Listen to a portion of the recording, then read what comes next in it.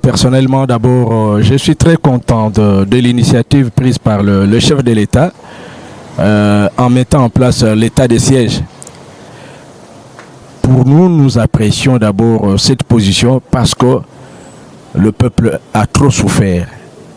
C'est depuis 1997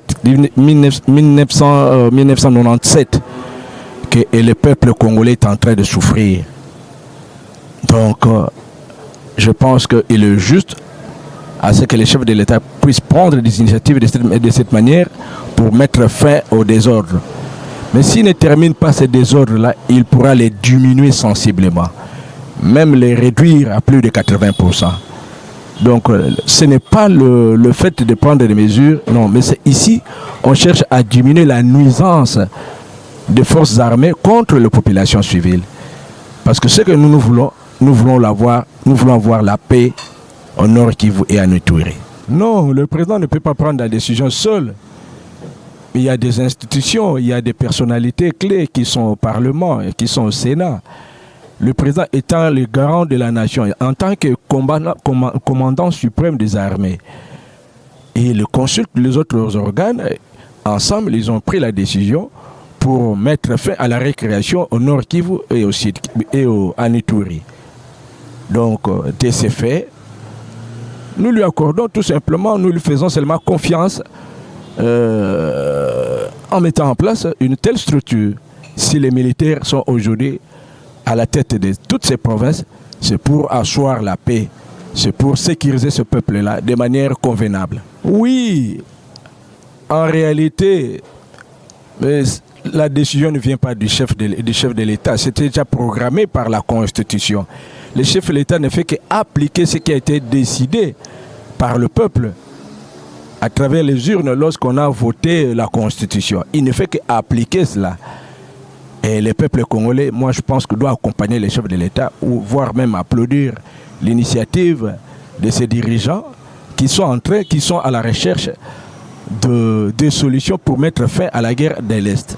Mais en soi, vous comprenez, moi je ne vous comprends pas. C'est une mesure purement administrative. Nous sommes en situation de guerre à l'est de la République démocratique du Congo. Ceux qui sont en train de réclamer leur salaire, c'est tout à fait normal. Mais vous comprenez que l'État n'a jamais été pauvre.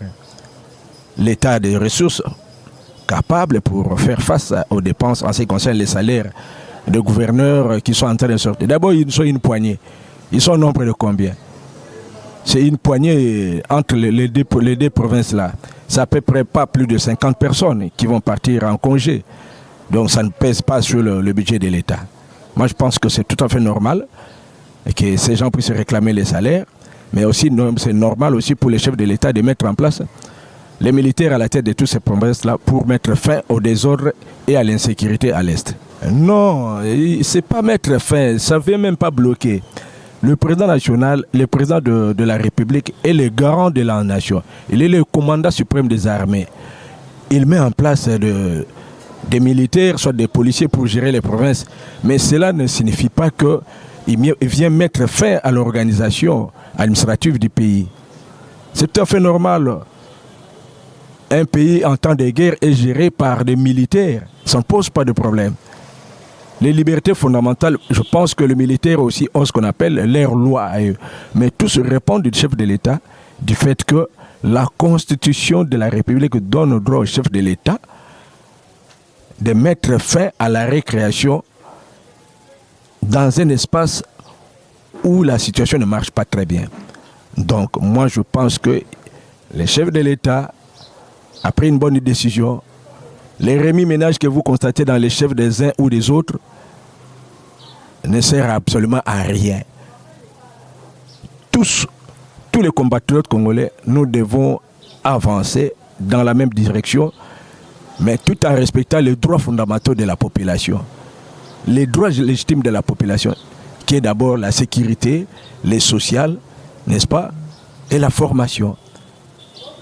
Donc, le peuple congolais, même s'ils sont à l'est là-bas, même s'ils sont à l'Ituri, même s'ils sont au Nord Kivu, la première des choses, il faut donner à manger à ces gens-là. Et deux, il faut les sécuriser, chose que le chef de l'État a fait. Mais l'échec, c'est un résultat. Dans la vie, il y a deux résultats. Soit c'est l'échec, soit c'est la réussite. Mais souhaitons que l'opération soit une réussite. Nous disons bravo au chef de l'État, parce qu'il a pris son courage entre les mains, il a pris son courage pour mettre fin à ces désordres-là. Mais faisons-lui confiance. Si ça marche, nous disons bravo. Si ça ne marche pas, nous disons changeons de manière de diriger. Mais la manière de diriger, c'est lui qui sait. C'est lui-même qui sait. Il a mis en place une vision. Il a une vision qu'on est en train d'appliquer. Si la vision ne marche pas, on change le fusil d'épaule. C'est ça la réalité. La réalité aujourd'hui, le pays est là. N'oubliez pas que ce pays se trouve dans le fossé laissé par Mobutu et par Kabila. Alors pour les relever, il faut des efforts et ça prendra aussi du temps. Et celui qui vient là, il a un mandat de 5 ans. Après un mandat de 5 ans, les indices montreront s'il a bien travaillé, s'il n'a pas bien travaillé. S'il a bien travaillé, le peuple va lui faire confiance. S'il n'a pas bien travaillé, le peuple va le sanctionner. Merci beaucoup.